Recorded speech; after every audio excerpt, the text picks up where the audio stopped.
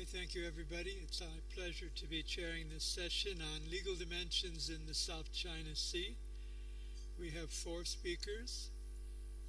We'll get right into it. We're going to be looking at some of the issues with respect to the South China Sea Award and the arbitration case between Philippines and China, but we're going a little bit broader than that in some of the issues. Our first speaker is Professor Geneviève Burdeau, Professor of International Law from Sorbonne Law School, or known as Paris 1. And she'll be talking about the use of force and threat of the use of force in international law and practices in the South China Sea. Professor Burdeau.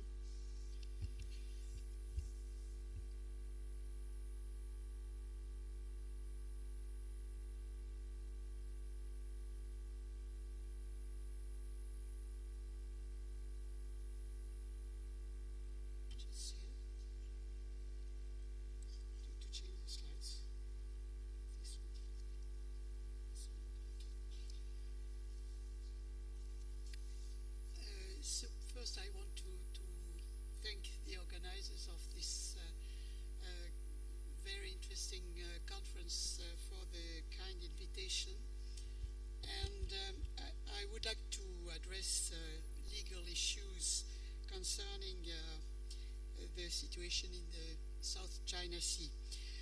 And I have been asked to speak about the use of force and threat of use of force in international law and its consequences in the South China Sea. So, as you probably know, one of the most fundamental objectives of contemporary public international law is, of course, to regulate the use of coercion between states in a view to ensure peaceful relations between states. And the use of force or threat of use of force by a state traditionally appears as having a double purpose. The first one is to impose military solutions to actual or alleged international disputes, and thus to pursue or defend by military means what the state considers as its own essential interests, and this is interstate use of force. And the second aspect concerns the use of force to ensure public order or law implementation. Of course, for the first aspect, international law intended to exclude the use of force between states, and this was supposed to be achieved by the UN Charter. Concerning the second aspect, it has been used very extensively, and there has been efforts to define the limits of the use of this kind of force. So I will first address the principle of prohibition of the use of or threat of use of force under contemporary international law and its limits, and second, the law enforcement and police operations at sea. So for the first aspect, the principle of prohibition and its exception, as you know, the scope of the prohibition is very large. It's the use or threat to use force, and Article 2, Paragraph 4 of the UN Charter states that all members shall refrain in their international relations from the threat or use of force against the territorial integrity or political independence of any state, or in any manner inconsistent with the purposes of the United Nations. The ICJ had several occasions to to underline that to interpret this provision, and for instance, in the first case brought before the ICJ, the Corfu Channel case, the court recalled that the court can only regard the alleged right of intervention as a manifestation of a policy of force, such as has in the past given rise to the most serious abuses, and such as cannot, whatever be the present defects in international organization, find a place in international law. And this position has been confirmed in another very important case brought before the court, the Nicaragua case, and in which the case also, in which the court also concludes that acts constituting a breach of the customary principle of non-intervention will also, if they directly or indirectly involve the use of force, constitute a breach of the principle of non-use of force in international relations. The prohibition is supposed to have very limited exception, and the most well-known is that of Article 51 of the Charter, with the exception of self-defense, but which is submitted to very strict conditions. Self-defense can only be used until the Security Council has taken measures necessary to maintain international peace and security, and along with the conditions brought by the ICJ, there must be an armed attack against the state invoking the right of self-defense, and the self-defense is submitted to necessity and proportionality. Other exception, a very controversial question about self-defense is the question of preventive self-defense, and this question has been addressed by the Institut de Droit International, saying that the right of self-defense arises for the target state in case of an actual or manifestly imminent armed attack, and it may be exercised only when there is no lawful alternative in practice in order to force, stop, or repel the armed attack until the Security Council takes action. Another probable exception appears with small incidents, low-scale use of force, and this raises the problem of skirmishes. And these low-scale incidents are very often not brought to the attention of the Security Council, and there are lots of such incidents both on earth and at sea. And for another tolerated exception is the case when the Security Council authorizes the member states of the UN to use all means, and in absence of such an authorization, of course, the use of force is prohibited. Now we come to the notion of threat, which has been defined by the ICJ and as concerning a signaled intention to use force, and the threat is only allowed if the use of force itself is lawful. If the use of force itself is unlawful, the threat also is considered as unlawful. Now, in the practice of state, there is often a reference to self-restraint, and this notion of self-restraint appears in international law and also in the UNCLOS and in the Declaration of Conduct in the South China Sea. According to general international law, self-restraint supposes the abstention of the use of force, an obligation of negotiation and peaceful settlement of dispute, and an obligation not to hamper the solution of a dispute during the transitional period.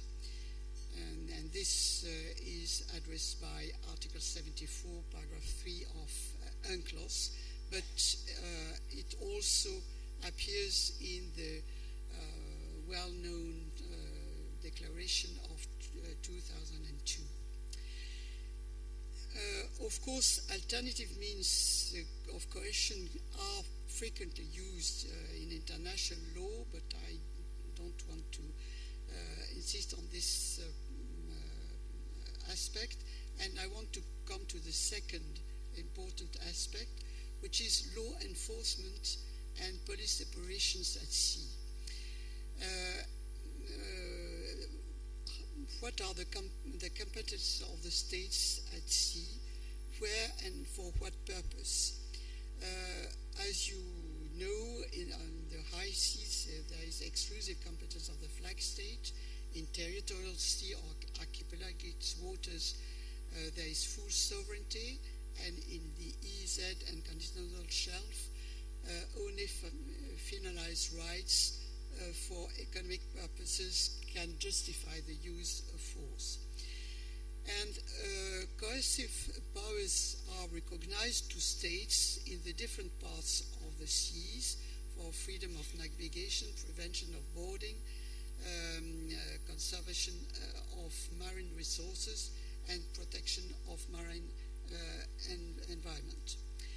The question is how to assess the lawfulness of measures taken by coastal states. In the Arctic Sunrise Award in 2015, the tribunal considered that to assess this lawfulness, it is necessary first to determine whether the measures has a basis in international law. It has been taken in a zone in which the states enjoys the right to intervene, and second, whether the measures were carried out in accordance with international law. And on the second point, in the Saiga case, which was one of the first cases decided by ITLOS in 1999, the tribunal said that the use of force must be avoided as far as possible, and where force is unavoidable, it must not go beyond what is reasonable and necessary in the circumstances. And considerations of humanity must apply in the law of the sea as they do in other areas of international law. So there is an obligation to ask in a reasonable way, and this was addressed in a recent case, the Dusgate Integrity case, in which the tribunal considered that the cumulative effect in case of several sanctions imposed by the coastal state could be unreasonable and imply the responsibility of the coastal state according to UNCLOS.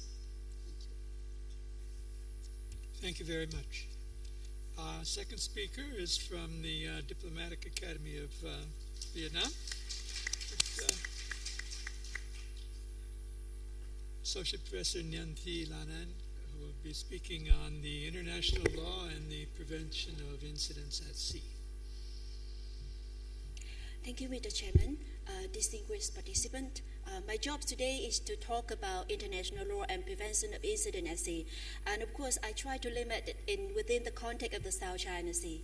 And when talking about incident, it's quite a broad concept. So I try to narrow down again, not to talking about civil accidents at sea, but I try to talk only about incidents that involve at least one side is the state vessels, either naval or the other is law enforcement vessels. Why I try to focus on that issue, because look at the slide on the screen at the moment, you just see all the numbers. And I try to tell you what I mean by all the numbers. We come across a statistic of the Transparency Initiative of CSIS and DC that within almost 8 years, from 2010 and 2017, there was about like 53 incidents at the South China Sea. More of them involve law enforcement vessels. And the 41 indicate that it involved Chinese law enforcement vessels. It accounts for more than 70% of all the incidents happen in the South China Sea. Among them, up to 9 incidents involve even more serious is the naval vessels of coastal state, including China, Thailand, Malaysia, Indonesia, etc. And the two big numbers, 68 and 45, indicates the two longest incidents happened in the South China Sea. 68 days has happened at the Unplanned Encounters in 2012 between Philippines and China, and 45 days was the number of days happened in 2014 between China and Vietnam, when China illegally placed an oil rig near the paracels. So all the numbers indicate that really incident at sea, and in which one side is state vessel, is really alarming issue in the South China Sea. So based on that statistic, I try to approach the topic from the sequence that I try to look at prevention incident at sea from the current legal framework of international law, including UNCLOS and the other technical requirement from COREX and SOLAS.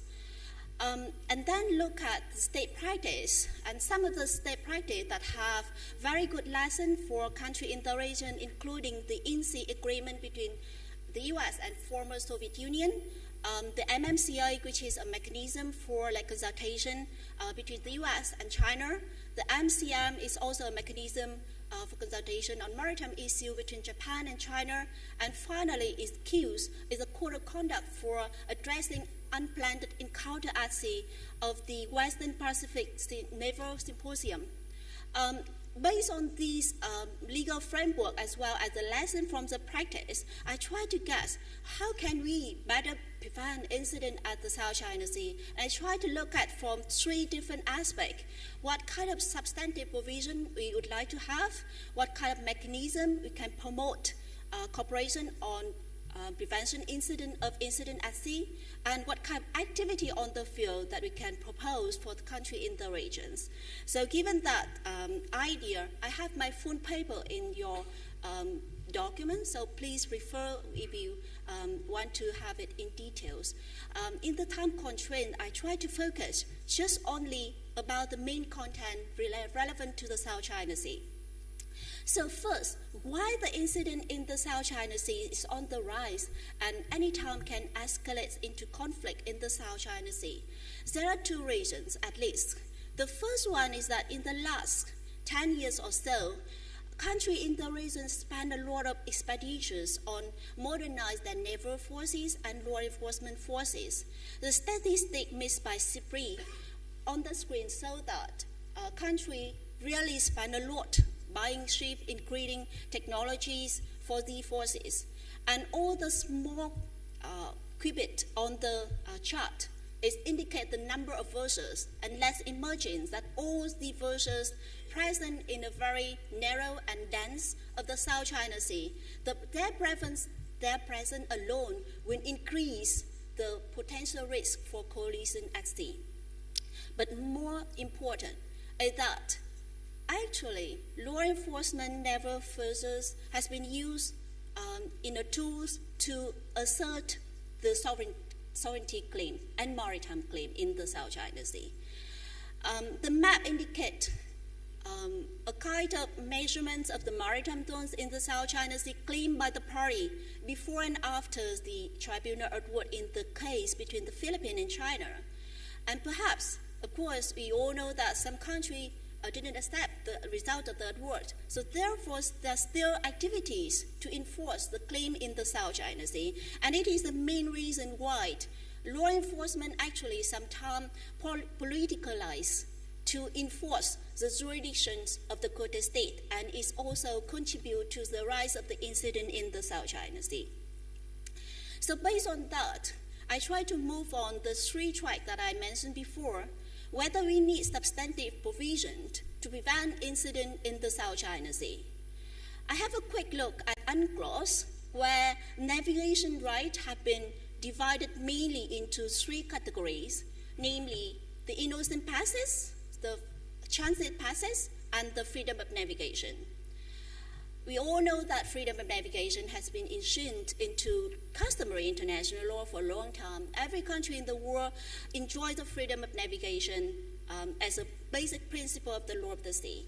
However, UNCLOS came into and codified it and tried to regulate it into different regimes according to the sovereign right and jurisdiction of the court state.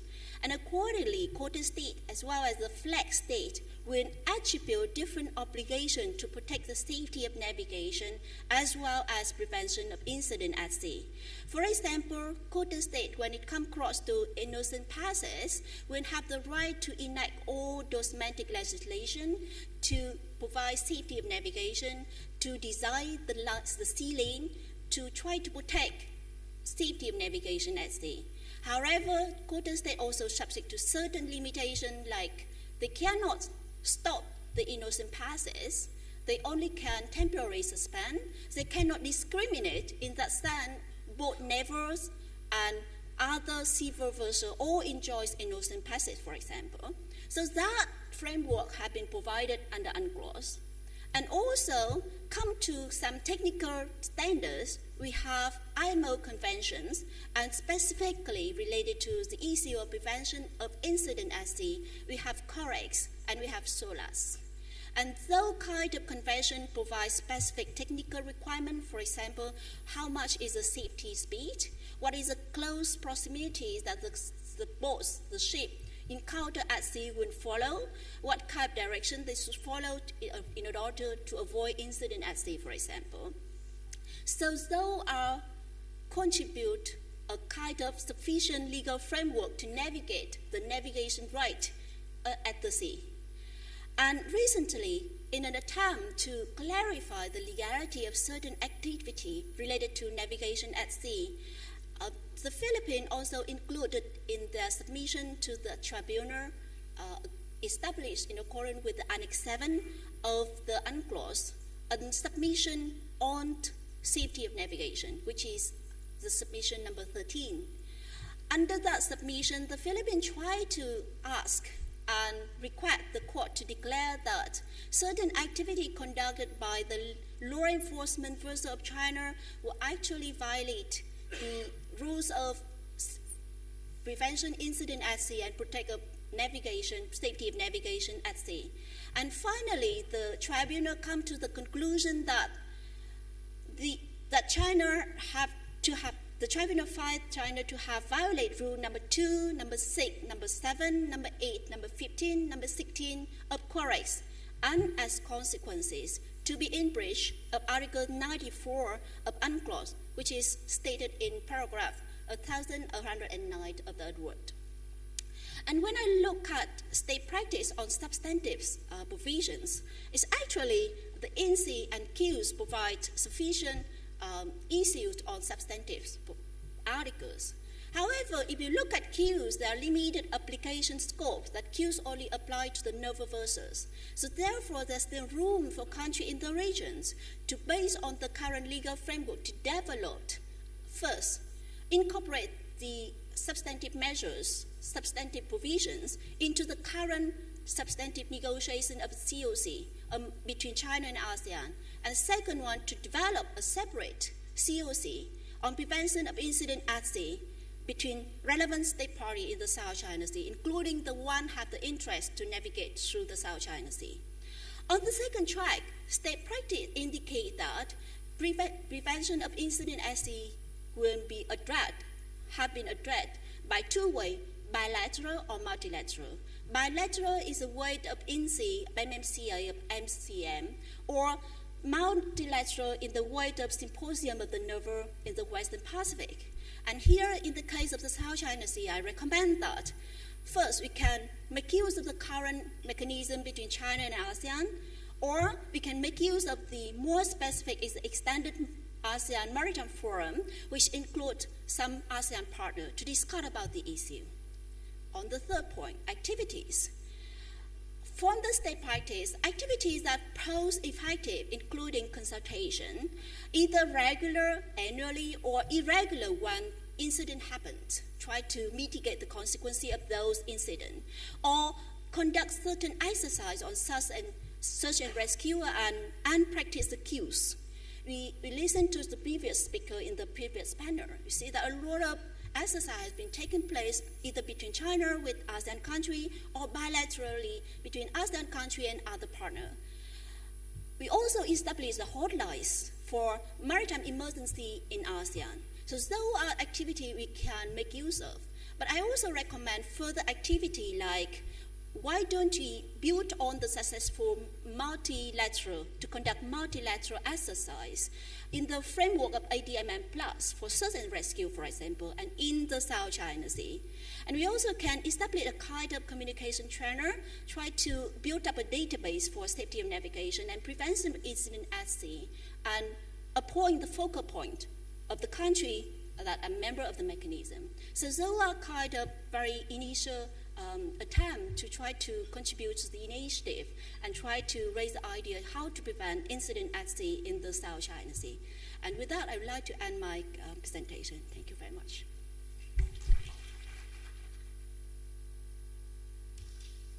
Thank you very much. Just by way of background to supplement what she said, there's a lot of acronyms being thrown out. The CUES is the Code of Unplanned Encounters at Sea, which governs naval vessels when they meet other naval vessels. There is no equivalent for law enforcement vessels or Coast Guard vessels when they meet each other or when they meet a naval vessel, because navies only communicate with navies.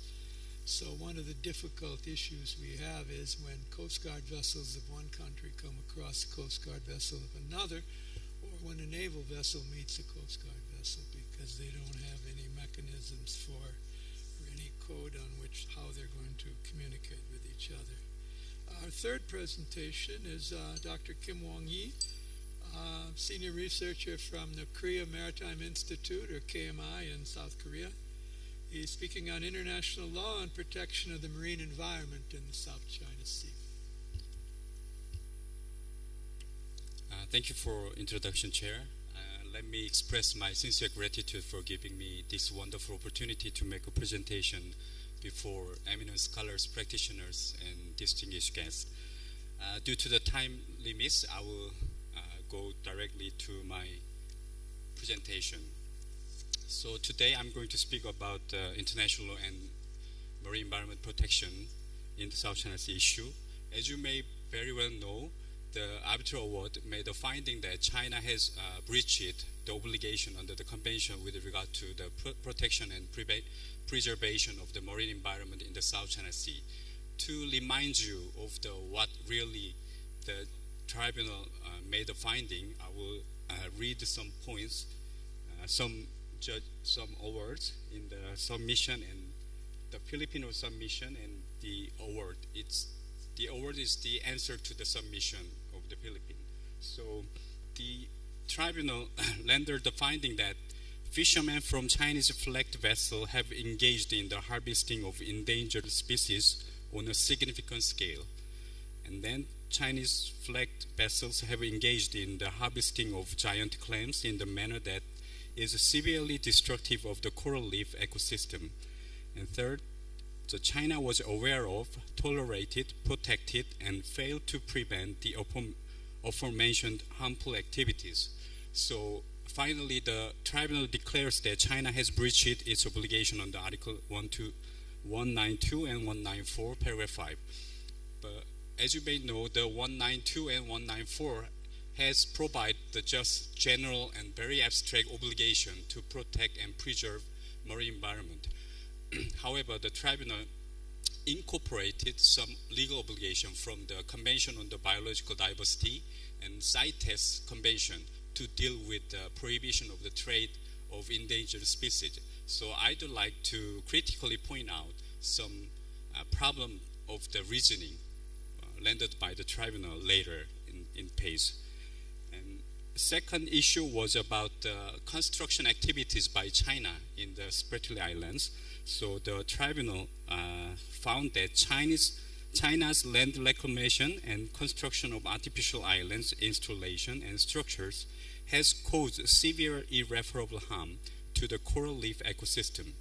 And secondly, China has not cooperated or coordinated with other states.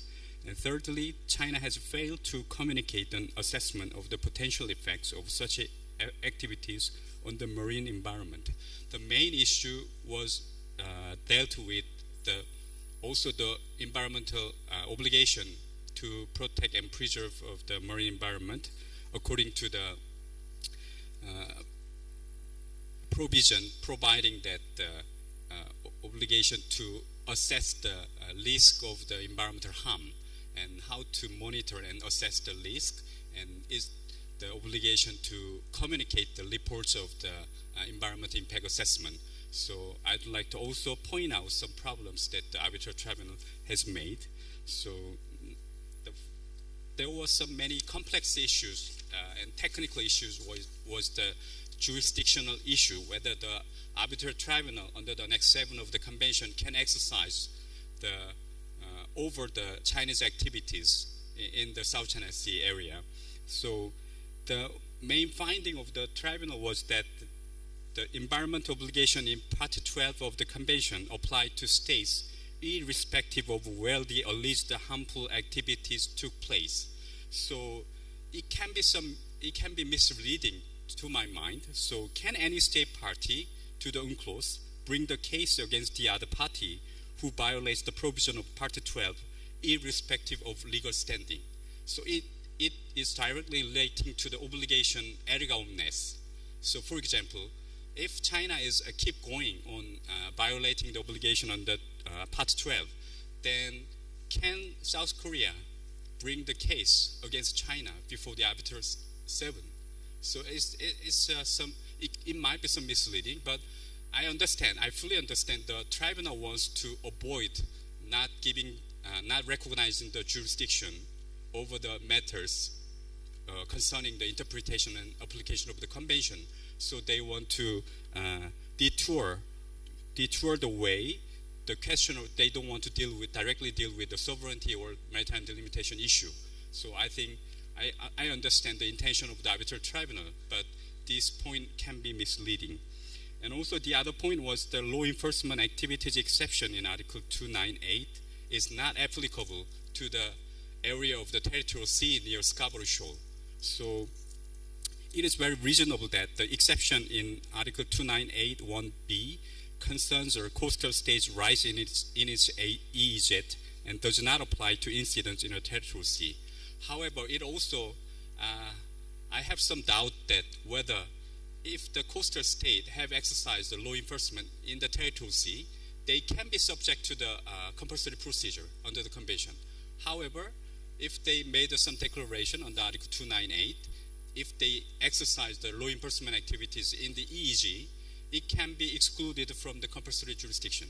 So it seems to me there might be some conflicts because the coastal state can exercise sovereignty in the territorial sea area. So I agree with the conclusion of the arbitral tribunal, but I think the reasoning of the tribunal has some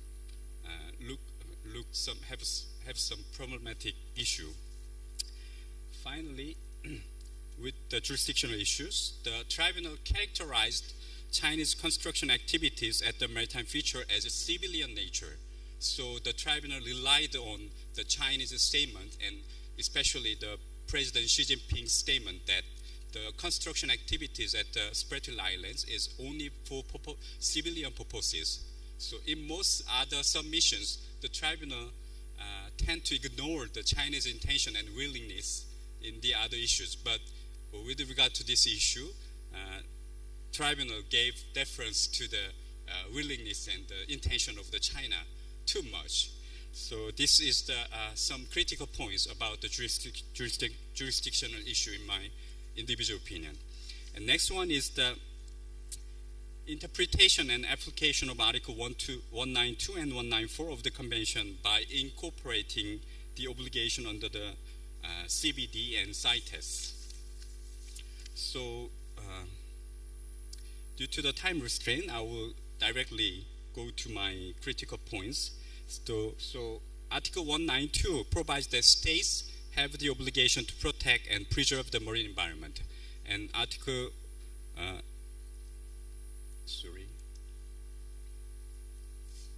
So Article 194, paragraph 5 provides that the measure taken in accordance with this part shall include those necessary to protect and preserve rare or fragile ecosystem as well as the habitat of depleted, threatened, and endangered species and other forms of marine life.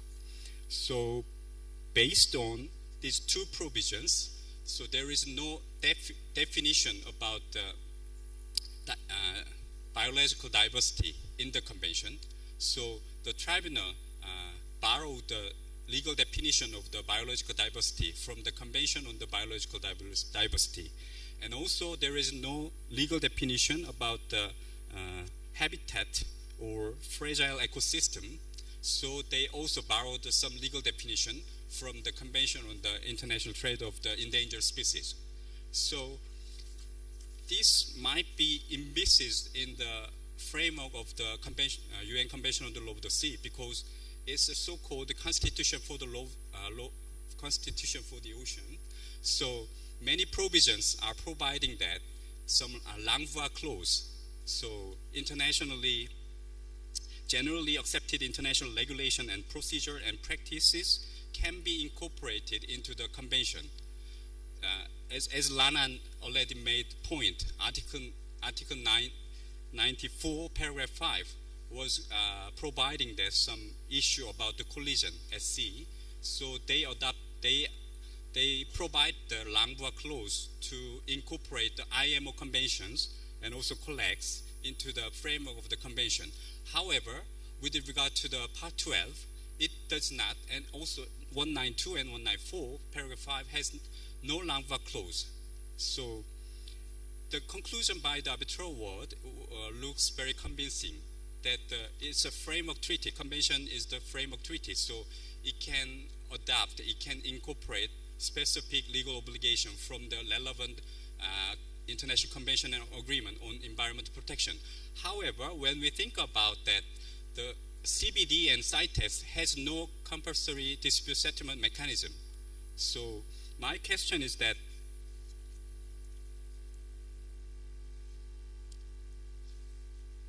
my first question is that the specific obligations under special conventions and agreements without compulsory dispute settlement mechanism can be incorporated into the general obligation in Article 192 and 194, paragraph 5 of the convention, with Part 15 compulsory procedures. So the real intention of the parties to the CBD and CITES is not giving the consent to the compulsory procedure under the convention.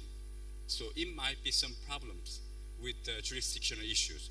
But I agree with the finding that the tribunal wants to borrow the substantive obligation about the biological diversity and what is the endangered species.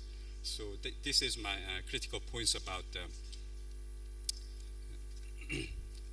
incorporating the obligation. environmental protection obligation. And finally, I would like to address about the obligation on the environment impact assessment. It is a well-established principle under international law. So the Article 206 is providing that assessment of the potential effects of activities. So when states have reasonable grounds for believing that planned activities under their jurisdiction or control may cause substantial pollution or significant and harmful changes to the marine environment, they shall, as far as practicable, assess the potential effects of such activities on the marine environment and shall communicate reports of the results of such assessment. To make long story short, the tribunal found that China violated the procedural obligation to communicate the reports of the environment impact assessment in the South China Sea construction activities. So it's the main finding of the arbitral tribunal with regard to the environmental impact assessment. Also, interesting point is that when tribunal was dealing with the violation of the convention, they also pointed out the Chinese domestic law on environment impact assessment. So Chinese domestic law on EIA is providing much stricter obligation with regard to the huge construction activities. So it is interesting to see the tribunal, how they deal with the domestic legal obligation to impose on the China in these issues. And finally, can I? 1 minute, okay, 1 minute. So, implication. I totally agree with the final conclusion of the tribunal in many ways. So it contributed, the award contributed to clarify the general obligation under Article 192, 194, and 206 of the Convention. But as I may point out, the reasoning of the award is can be misleading to some points with regard to the jurisdictional issues and incorporating other obligations under the International Convention on Marine Environment Protection. However, the main findings of the award on marine environment protection has direct impact on the Declaration for a Decade of Coastal and Marine Environmental Protection in the South China Sea, was adopted by China and ASEAN the 13th November this year. So as you may see, I highlighted the yellow points. The preamble is very long. But the direct obligation is just 2 sentences. The first one is that the 2017 to 2027 is a decade for the protection of a coastal and marine environment in the South China Sea. Second, that the government of the ASEAN member states and China are committed to meet the aspiration of the declaration. So it sounds like an empty shell or empty gift box. However, I would like to suggest that ASEAN-China declaration has some step. It's a kind of a first step of gradual development of the cooperation and confidence building measure with regard to the environmental protection, marine environment protection in the South China Sea. So we need to make up a more detailed action plan and cooperation way, need to fill the empty canvas of the declaration with the competence building measure, such as the designation of the MPA, joint scientific research on marine environment, and building and sharing information on marine environment. So I hurried up so much, but thank you very much for kind attention. Thank you.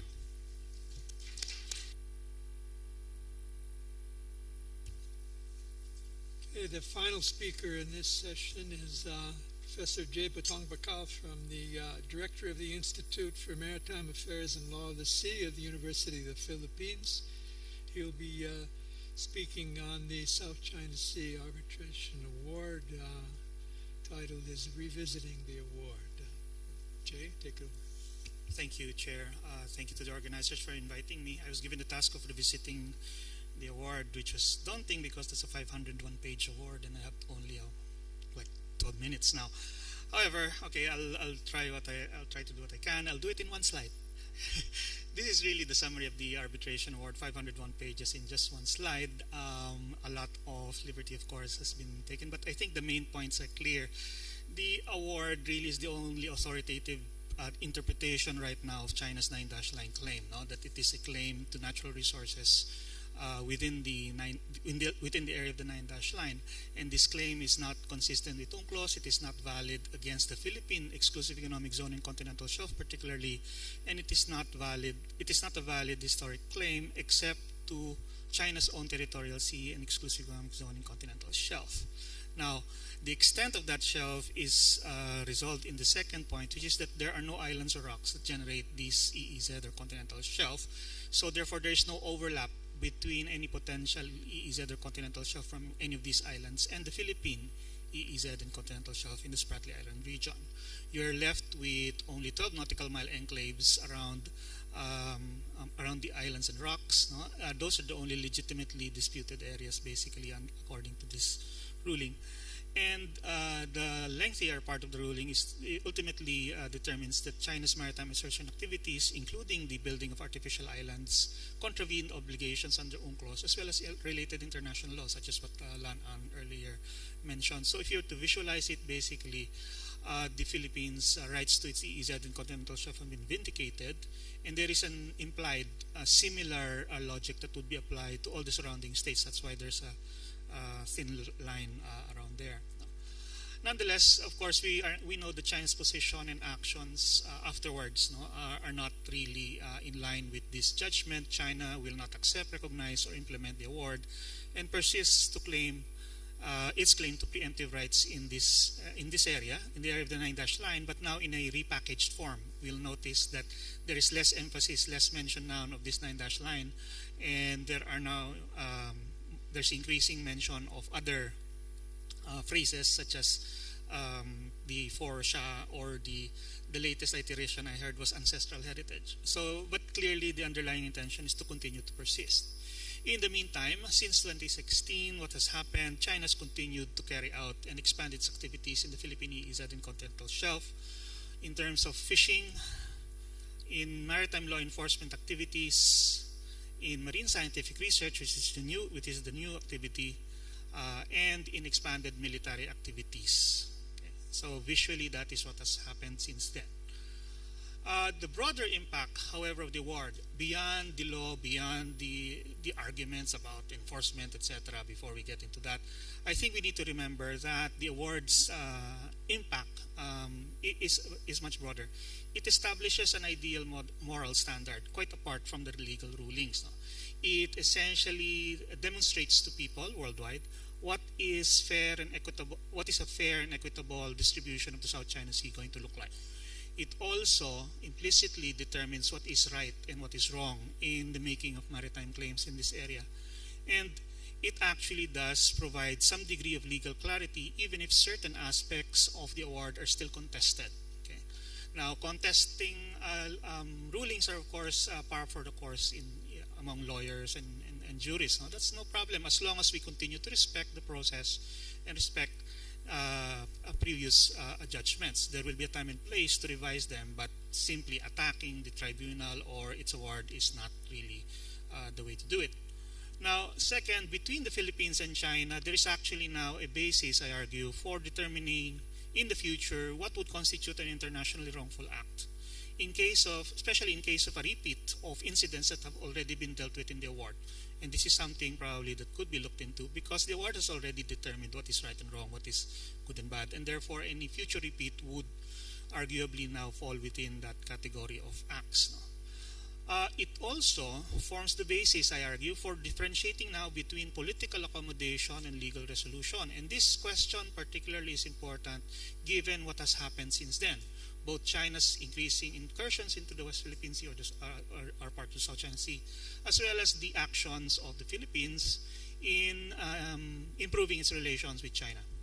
Now, but between Vietnam, Malaysia, Indonesia, and Brunei, and China, on the other hand, the fact that we have this ruling is that, of course, there is a strong implication that similar legal entitlements are also accorded to all these countries, and that gives these countries good leverage, I would argue, in their pursuit of relations with China. Now, let me just be clear. Despite all the statements that you might have heard within the Philippines, the policy on the South Chinese has actually also been questioned a lot, especially by me, because I'm usually the one the media cites as giving the opposite opinion. But let's be clear, the Philippines has not given up or renounced or abandoned the arbitration award. Only an express abandonment probably would do that. Express renunciation, and that's not coming. No Philippine president will do that. Second, the discussion of the award is only temporarily shelved pending efforts to improve the Philippine-China relationship. So it's still there. And third, the Philippine president has publicly committed several times to discussing the arbitration award at a later time during his tenure, which is now about 4.5 or 5 years. So there's still a possibility of it being raised. In the meantime, given the situation, as I mentioned, the focus is on improving relations between Philippines and China, which after all, in the aftermath of the war, had nowhere to go but up. Okay? Now, there are three options really in the absence of an enforcement mechanism. One, of course, is resistance, in which case the parties will refuse to budge on their respective positions. There will be no movement, no improvement in relations, and that would have been a possibility if neither party would consider some kind of accommodation. The second option, of course, is capitulation, or one or the other, simply surrenders to the other side's position. So one wins or one loses. Now, depending on who it is, of course, the rule of law will be either upheld or disavowed, and that's why it's a continuing cause for concern. And then the parties will repair the relations based on the situation that arises afterward. And the third, of course, is cooperation, where the parties find means for mutual and reciprocal accommodation. Some of them will probably be legal, some will be political, maybe a lot will be political, but without prejudice to respective positions. And this, I think, is what needs to be, or rather what is being explored right now. Now, the opportunities, of course, are there, but especially in the opportunities, say, in favor of the Philippines as well as the award, are these, as far as I can tell.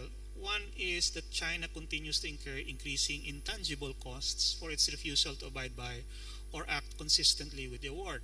These costs are not measured in economic terms, but probably in political, reputational terms.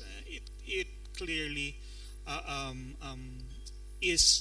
goes into the way in which China will be able to establish and maintain relations with its neighbors as well as the rest of the international community.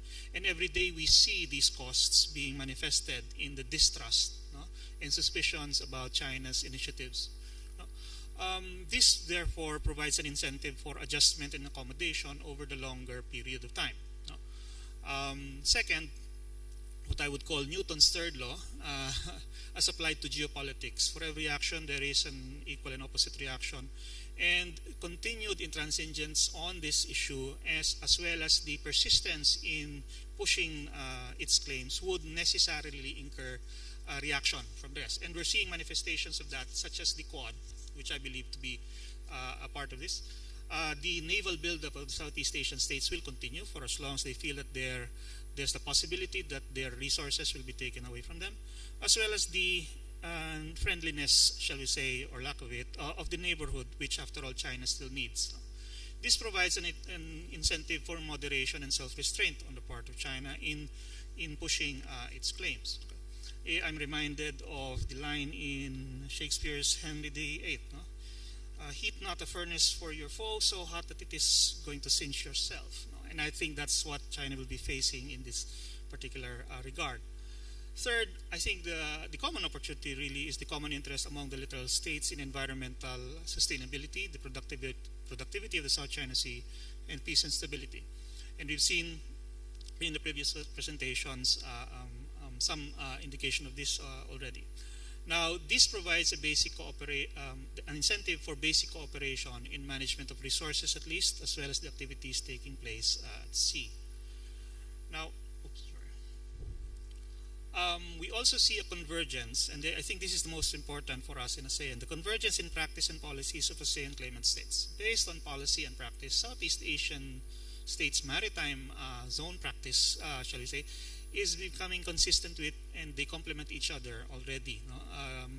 And China is appearing to is emerging as a kind of persistent objector to the way in which UNCLOS is being applied and interpreted by the surrounding states of the South China Sea. So ASEAN claimant states therefore have a basis for unified positions and practice, and this probably needs will evolve and develop over time into something much more tangible. This, of course, needs the support of external powers, particularly support in ensuring that those maritime practices remain consistent over time, and that the practice is actually supported as the right practice. Now, and lastly, China still ultimately will need a friendly neighborhood because Southeast Asian states still surround what it sees as its vulnerable underbelly. And as long as China's artificial island militarization and fishing fleet or maritime militia mobilizations are perceived as a common threat, and if they increase the perceptions of threat, then you can expect that these South Asian states, fiercely independent-minded as they are, will also react and might end up actually producing the opposite effect of tightening further the unity around around the South China Sea. So let me end with some recommendations. I think right now, of course, the principal question is what can we do in the meantime? And this is something we suggested in previous conferences. Borderless initiatives within the South China Sea. Things that can be done by each country unilaterally within its own area, under its own control, or with its own citizens without necessarily having to involve the others, but all of it contributing ultimately to the South China Sea's sustainability and stability, as I mentioned. Freedom of navigation and overflight, of course, through the South China Sea with certain safety distances accepted, of course, from occupied positions. No? And most important, I think, no arbitrary or extended military exclusion zones would be one. Specific coordinated unilateral actions to stop the degradation of marine environment is another one. Say protect habitats within your own areas of control, combat illegal trade in threatened endangered species by your own citizens, prevent further damage to marine habitats by your own citizens, and practice coordinated and joint oil spill responses. I think this could go a long way to at least preserving as much of the South China Sea as you can. Cooperative search and rescue, humanitarian assistance and disaster relief, and crisis management mechanisms are also a natural item to look into. And marine scientific research partnerships and cooperation projects. Note that when we talk about this cooperation, it doesn't have to always involve China, ASEAN as a whole. It can be just between some of the littoral states, whether it's, say, Philippines, Malaysia only. We've seen that in the trilateral cooperation agreement, for example, for the Sulu Sea, that it is possible for sub-members of the ASEAN to have these kinds of cooperation activities even within the ASEAN framework. Now, the South China Sea, we should keep in mind, is an enclosed sea and should be treated, regarded by everyone, as a shared maritime commons. Okay? So in reality, littoral states share all or nothing of the South China Sea, especially its living resources. And I think that kind of idea should guide future cooperation activities of different claimants from now on. Thank you very much. Thanks very much, Jay. You covered a lot of material. I'd just like one point of clarification.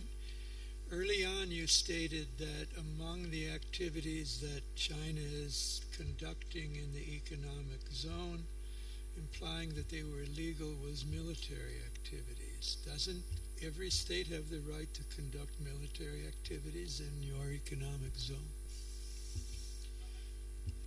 So, no, I was implying whether it's legal or illegal, just showing how far it has expanded into the area, because before they really weren't doing that a lot. But now it's really come very close. Okay, let's open it for questions. We'll take about 4 questions, and then we will allow the speakers to respond. Les, number 1, and then Joanna, and David. Thank you. And then over here, our Filipino, I believe.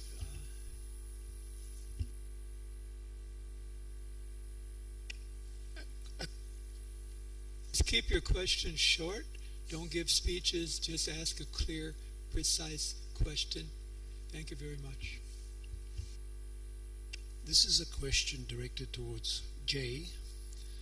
I was interested in your comment that there was a need to differentiate between political accommodation and legal resolution, but our concerns are in relation to your president and also your current Foreign Secretary Alan Cayetano, are that political accommodation may ultimately erode and undermine legal resolution. I'm sure you're aware of that danger because you mentioned that the arbitral award has been temporarily shelved, yet it's possible to imagine a situation where it becomes gradually permanently shelved as China exacts a price for economic cooperation with the Philippines, and your foreign secretary and people, especially in your business community, play ball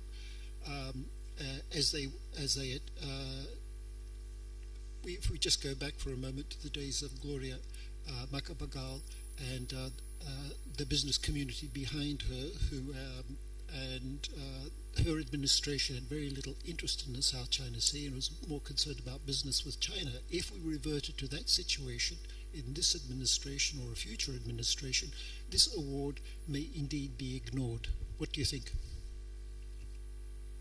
Joanna? Hello, Joanna Mossop from Victoria University in Wellington. My question, I have two questions actually. My first is to Kim Won-hee. Thank you for your interesting and provocative comments. I particularly wanted to push you on your comment that you were questioning whether specific obligations under special conventions can be incorporated into the Law of the Sea Convention. And I wondered whether you can comment on the fact that if the Law of the Sea Convention contains an obligation to take measures to protect and preserve rare or fragile ecosystems and endangered species, that when the tribunal looked to the CITES Convention to try to put, some content around what an endangered species is, it was legitimate to look to the listing of the giant clams in the CITES appendix. My other question was to Jay, and you said that there was potential for cooperation in the management of activities and resources in the South China Sea, and I wondered if I could push you a little bit more as to where you think the best starting point would be for achieving that cooperation. Thank you. David? Turn your mic on. Thank you, Bob. Excellent presentations right through. I have a quick comment and a question for Geneviève, Professor Burdeau, and for my friend Dr. Kim from KIM from KMI. For Professor Burdeau, could I ask you to comment on the specific aspect of threats to use of force, where they are connected allegedly by a coastal state in a disputed area,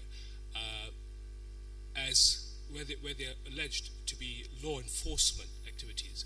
You will know, of course, that this issue arose in the Guyana-Suriname maritime boundary delimitation case.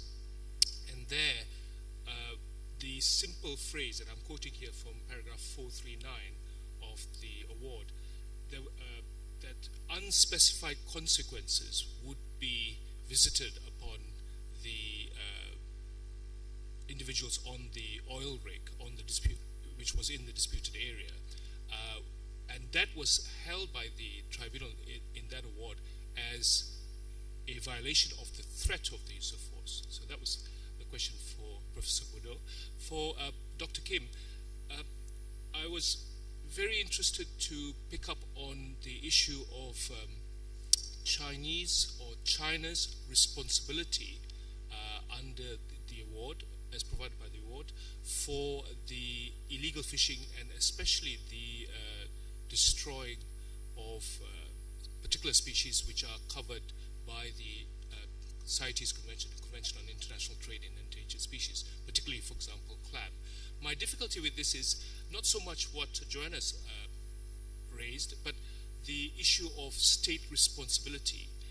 because it seems to me that the threshold that the tribunal introduced here was equated to an obligation to prevent. And here we are talking arguably about private parties, i.e. the fishermen, who have committed these violations.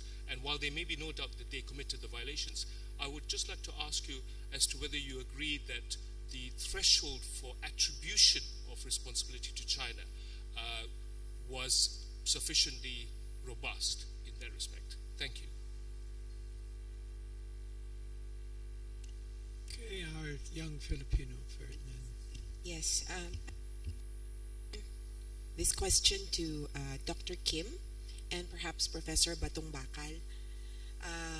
This is with regard to the overlap of domestic and international law in regard to environmental damages. Now, this is coming from the context of the experience of the National Union of People's Lawyers in 2013 when the USS Guardian ran aground in the protected Tubataha Reef. Of course, our state was unwilling to prosecute and just accepted the damages the award rather as offered by the damages as offered by the U.S. Since they were unwilling to sue, we sued them under domestic law. Now, in that context, the Philippine Supreme Court just said that this would not be within our jurisdiction, but there was a justice who cited the exception created by Article 31 of the UNCLOS, where warships that cause environmental damage can still find accountability in domestic law as well.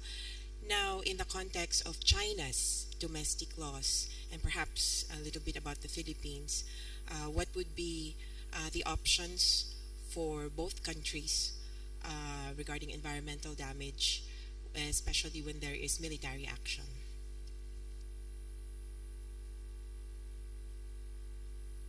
I think we'll let the speakers respond to these four before we take on any more. Jay, you want to begin? Hello. With respect to the first question about political accommodation and legal resolution, yes. Yes. Between political accommodation and legal resolution, yes, the danger will always be there. And in fact, that's the kind of danger that we in the academic community and commentators are always looking out for. To their credit, the government is aware of that and has been very, very rather careful on this and tends to be overly sensitive to commentaries like this. But for now, I think that's also the reason why the much vaunted deal on joint development between China and the Philippines has been delayed. No? Despite the fact that they announced it early this year, they still haven't come out with any good substantial explanation on how they're going to do it. And I think it's precisely because of that. Now, the only way really to prevent it is to keep vigilance and keep pointing out the possibility and how it could happen. The question on starting point for potential cooperation and management activities in the South China Sea, I think really will go back to environment cooperation, marine environment cooperation. That's probably why the MEP declaration was successfully negotiated, even though it's just for a decade, declaration of a decade, might as well have been on holiday. But there has been a record of cooperation between some of the littoral states before, between Vietnam, Philippines, Taiwan, China, through the JOMSRE, Joint Marine Scientific Research Expeditions. So possibly because of that and because of the involvement of scientists, then I think this would be the logical place to start.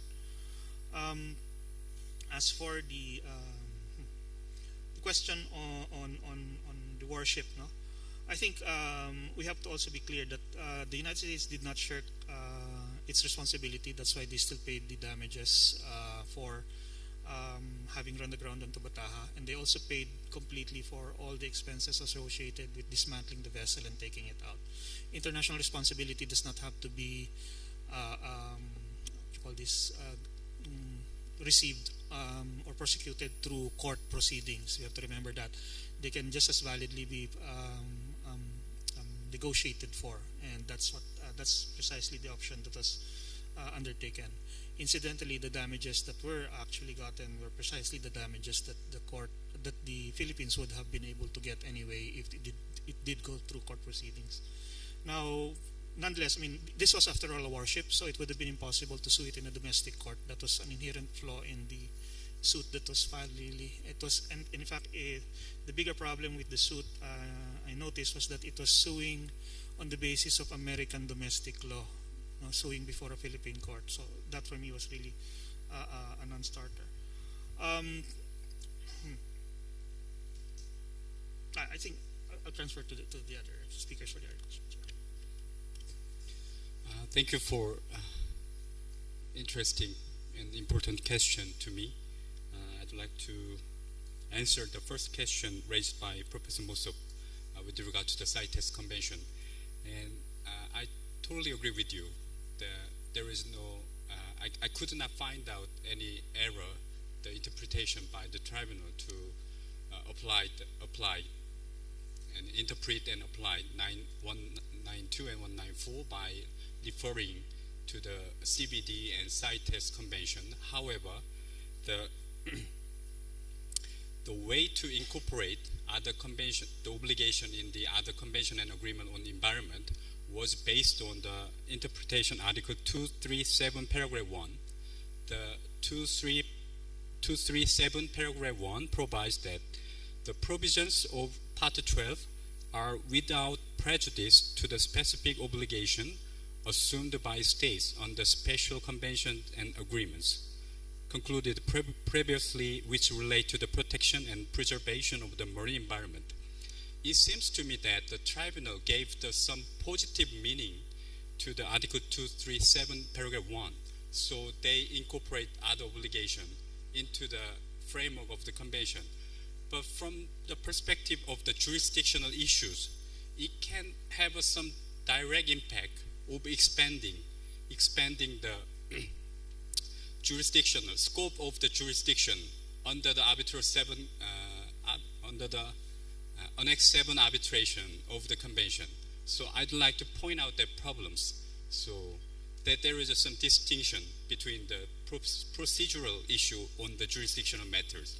That's the problem I have, but without the substantive obligation suggested by the tribunal, I also agree with your opinion and question. And secondly, David question about the state responsibility. You are, to some extent, I agree with you, but on the other hand, this case was deal with Chinese fishermen destructive, harmful practice of the gathering endangered species. So the tribunal suggested two kinds of the obligation on the Article 192 and 194. The first one is the obligation in relation to activities directly taken by states and their organs. And second is the obligation to ensure activities within its jurisdiction and control do not harm the marine environment. This is the second part, though you asked a question. So the obligation is not direct obligation of the state, but it is the obligation to ensure that no environmental harm should be done by their own people under their jurisdiction or control. So it so-called the due diligence of a flag state is not only the adopting appropriate rules and measures, but also certain level of vigilance in their enforcement. So according to the ITLO's advisory opinion on IUU fishing, the attributability of state over the illegal fishing might be lower than the direct obligation of the state and its organs. So I can, it may not be satisfactory, but it might be an answer. There is two different obligations. And finally, with regard to the submarine, the Supreme Court, Philippine Supreme Court ruling and question about the relationship between international obligation and domestic law, I think Jay also answers to some degree, and I have some suggestion that there is no effort to harmonize the national law or domestic law among the Southeast Asian country or East Asian countries, even though we are adopting very fashionable and fancy foreign legislation especially from the United States. We are importing many good legislation into our domestic law, but I think we need to find out more way to harmonize our national law with regard to the law enforcement activities at sea or the marine environment protection area. So it could be one of the action plan under the declaration of a decade for marine environment protection. Thank you. I'd just like to make one comment on the vessel damaged by the U.S. vessel on the coral reefs. You're lucky it was a U.S. naval vessel because the U.S. will get out its checkbook. If it were a merchant ship, just ask the Indonesians, because they had a reef destroyed by a merchant ship and they're going to get nothing. It's very difficult to recover from private entity. Okay, let's, David, you've had your shot, sorry. Ian Graham and fellow from RAND, I can't remember your name, and my friend from Vietnam. Okay, she has one answer to a question. Well, I would like to answer David's question about the distinction between an actual threat of force and a police action. And it's true that in this case, the Guyana versus Suriname case, the question was discussed. In that case, the patrol boats of Suriname asked an oil rig to leave a disputed area within 12 hours. And the tribunal considered that in the circumstances, this operation was more akin to a threat of military action rather than a mere law enforcement action. And it is sometimes very difficult to distinguish. For instance, at the moment there is a case which has not been decided on the merits at the moment, which is the Enrica Lexi case between India and Italy. And in that case, India, well, there was an incident at 20 miles away from the coast of Kerala, and the Indian authorities imposed on the boat, the Enrica Lexi, to go to the next port on the coast.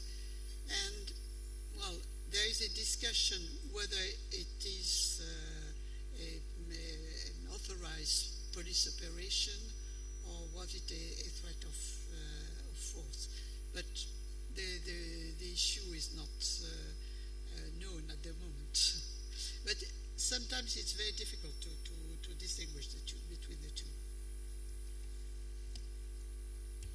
Okay, Ian.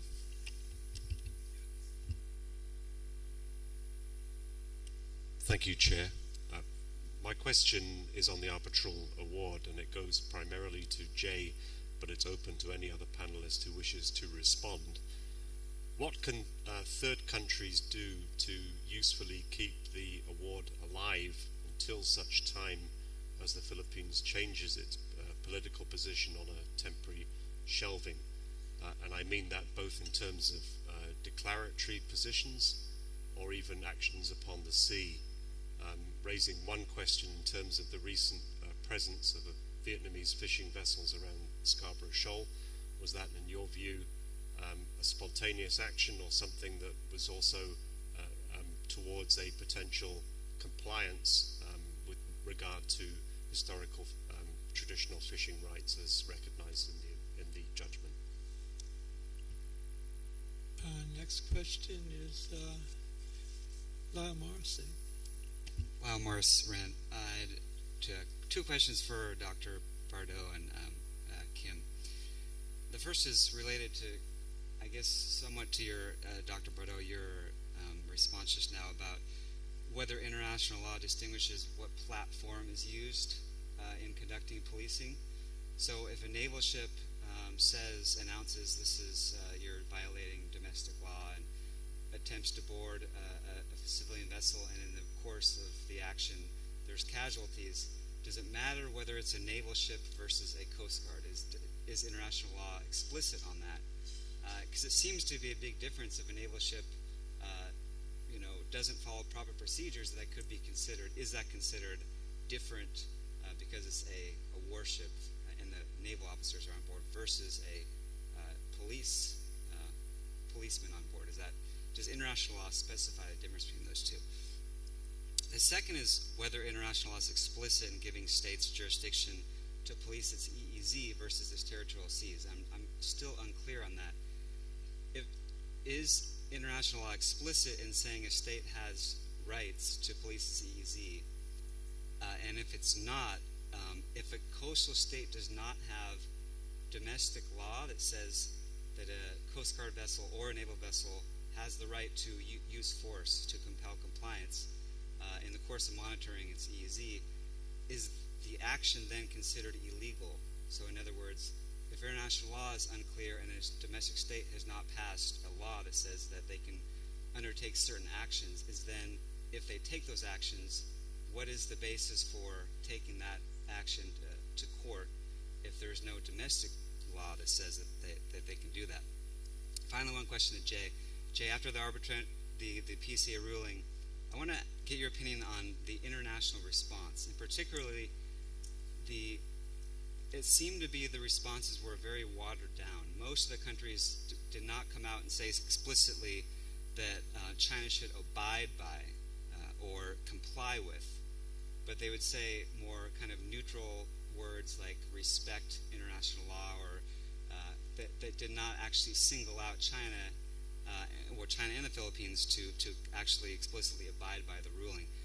Is the difference between saying respect international law versus abide by or comply with important in this regard? And is generally the international response, the lack of being explicit about saying you need to comply with the ruling, does that matter in your mind? Thank you.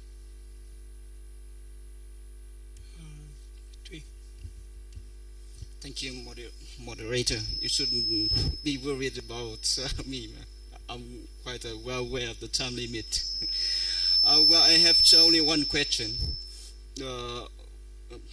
It could be open one, first of all, to Professor Che, and then also to other three speakers.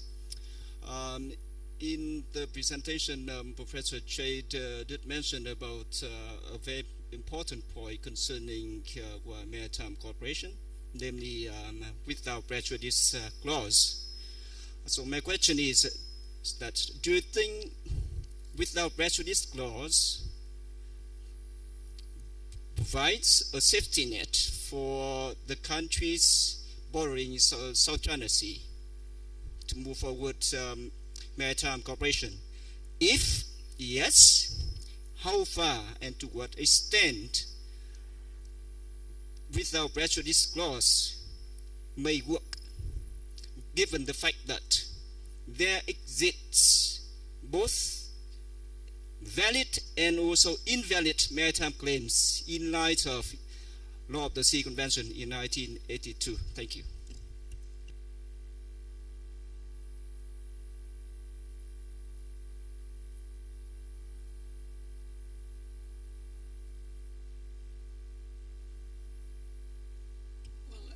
Maybe I shall try to give some answer to the question of the follow-up of the award. And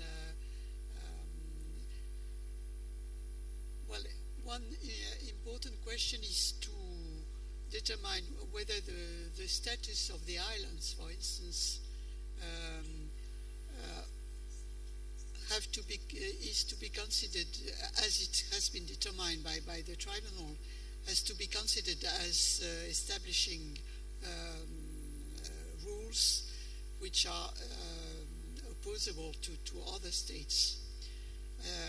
And this is a very difficult issue, because some states are not so happy with the definitions of rocks and islands in the award.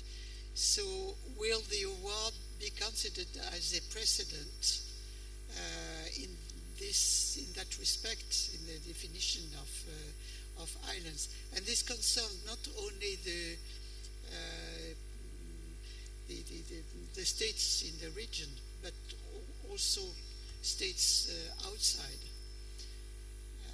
And for instance, in France, there has been some reluctance from the Minister of Foreign Affairs towards the definition of the status of a group of islands, which is the tribunal says that there is no status of an archipelago which is not an archipelagic states. Each and every island should be considered separately. And will this ruling be considered as a valid precedent in other parts of the world? It is important.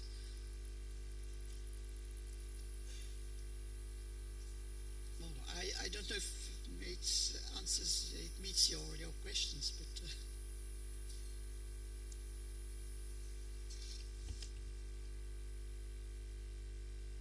Yes. Okay. What can third countries do to keep the award alive? Well, first of all, we must remember that the award is binding on only the two parties, and necessarily that implies that there's actually no obligation on the part of third parties to do anything. Nonetheless, the fact that third parties can act consistently with the reasoning underlying the award, I think is most important, because their own unilateral actions would create a regional practice, and that, I guess, is probably very important. A regional practice that is that essentially manifests or an implementation of the award in their respective areas. That can be done even without the award, actually, and it was done before the case was even filed, when Vietnam and Malaysia treated the islands as enclaves, and they made claims for extended continental shelves in that area and drew EEZ only from their mainland. Right now, there is a consistency in the practice among the Southeast Asian states. Even Indonesia's declaration or naming of the North Natuna Sea, I would see as being consistent with that practice. So these kinds of actions are a good start. When you go down to the details of various acts, so for example, the reasoning behind the ruling about dangerous maneuvering, treatment of islands, etc. If the practice is consistent, then in a way that keeps the award alive. The question on does it matter that other countries did not make a statement fully supporting the award? For me personally, actually, because the award necessarily is binding on only two parties, the statements of support, in a sense, would be a bonus. What is more important is subsequent action. So if subsequent to this, despite this absence of strong support, these countries, EU or whatever, still act in a way that is consistent with what the award laid down as the proper allocation of jurisdictions in the South China Sea, then that's fine by me. I think that is more important, more effective than any political statement that anyway can change depending on the winds. As to the without prejudice clause, ultimately it's the only legal safety net really that you can provide in writing, no? A without prejudice clause. How effective that will be is now based will now depend rather on the country's subsequent conduct with reference to that without prejudice clause. If you, after signing agreement for cooperation with a without prejudice clause, you invoke it later on, continue to invoke it in case there's an issue or a problem, then that means you're keeping that without prejudice clause effective. But if you ignore it, then it won't. No? So I think we have to keep that in mind. There's a difference between what is legal and what is in writing, and what is the conduct really of the party based on what they said. No, they set down in writing. Thank you. I'd like to answer to some question about the implementation of the award. I found out some confusion over the enforcement and implementation or compliance with the judgment decision of International Court and Tribunal, because the ICJ, as the judicial principal judicial organ of the United Nations, has the only enforceable mechanism under the resolution of the Security Council, so under the UN Charter. So except the ICJ's decision, the International Arbitral Award, or the ITLOS, International Tribunal for the Law of the Sea decision, has no mechanism such as the enforcement mechanism in international law. So what's the value of the arbitral award then? I think the main judicial settlement of international dispute is envisaged that the main purpose of to give a legal ruling is to maintenance of international peace and security, to prevent a war between sovereign states. So it's the role of the International Court and Tribunal's ruling and legal decision has very, how can I say, modest role was envisaged by the many states right after the Second World War. So, however, the compulsory dispute mechanism under the UN Convention is very unique, because in recent days, in recent years, many smaller states are using the compulsory procedure under the UNCLOS to maximize or to make use of their leverage against the big countries. For example, in the Chagos arbitration case, the Mauritius used the Annex 7 arbitration against the United Kingdom to consult and to negotiate over the fishing activities near the Chagos archipelago. And also the resettlement of Chagosian indigenous people was also an important issue. Right after the Chagos arbitration in 2014, the United Kingdom government had conducted a feasibility study of resettlement again, and they opened the room to reconsider the resettlement of the Chagosian indigenous people. So, and also I'd like to point out the other case about Ukraine versus Russia. The Judge Golichin, yesterday morning, he pointed out some possibility of a misuse of the international legal system. However, I think it seems to me that the international legal proceedings under the UNCLOS and Convention is giving some leverage to the smaller states to solve the problems, or to step forward and to bring the bigger powers to the negotiating table. So it's my opinion about the implementation issue. And the next answer was about the without prejudice clause. So according to the Declaration of a Decade, it has some disclaimer clause. It means that pending a comprehensive and durable settlement of territorial and jurisdictional disputes, the parties concerned may explore or undertake relevant cooperative activities in accordance with universally recognized principles of international law, including the UNCLOS, without prejudice to the position of the concerned parties to the dispute. I think 2 is very quite right, because there are some area of cooperation is possible. For example, the marine environment protection is possible without giving the consideration to the maritime entitlement of the small pictures. However, with regard to the law enforcement activities, when there is a competition among the coastal states over which state has the right to enforce the law enforcement, it can be very difficult to make use of the without prejudice to clause. But so that's why I'm trying to say that we can start easy things first. We can solve the problems easy things first. So we have many soft law issues like the marine environmental protection or something like that. Okay, so thank you. Anning has one point, I believe. To follow up the point made by Jay, is that state practice will make the award alive. I tried to combine the question made by Yuren and Lily, that actually state practice built upon not only unilateral practice, but also can build upon cooperation practice. So if you just look at the declaration made by different states, so perhaps the scare of being singled out will make them being very careful in using general words that respect international law instead of like urging for the binding force or respect the word for China.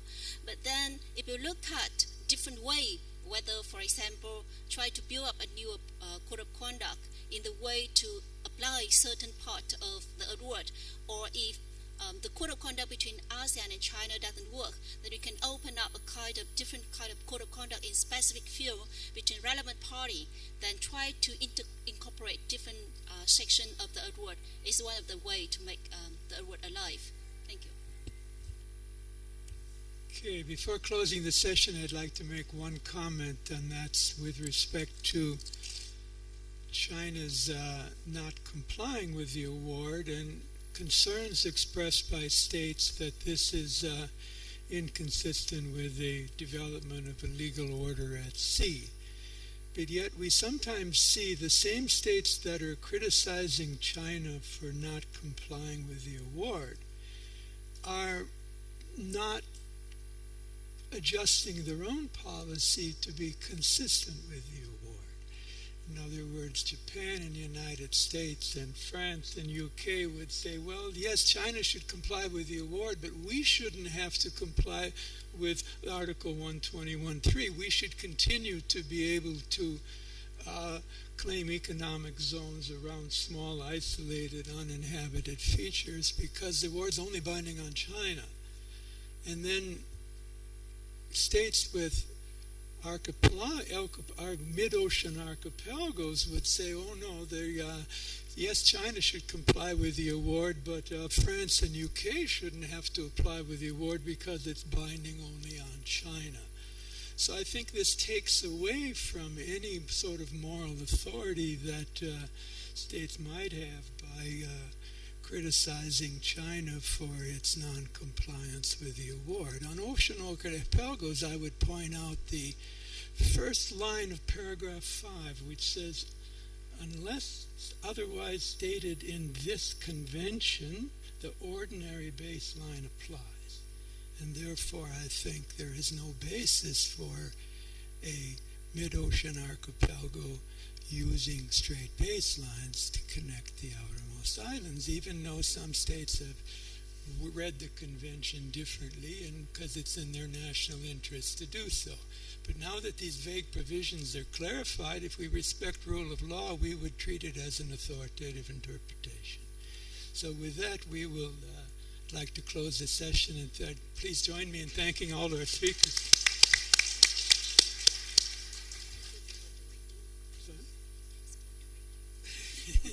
Thank you, Professor Beckman, and thank you for the panelists. And we will have lunch now. As the program indicated, it's from 12 to 1. So it's time to get rid of the South China Sea issues and focus on the meal. And hope that you go back here at 1, so we start the next sessions on the right time. Thank you very much.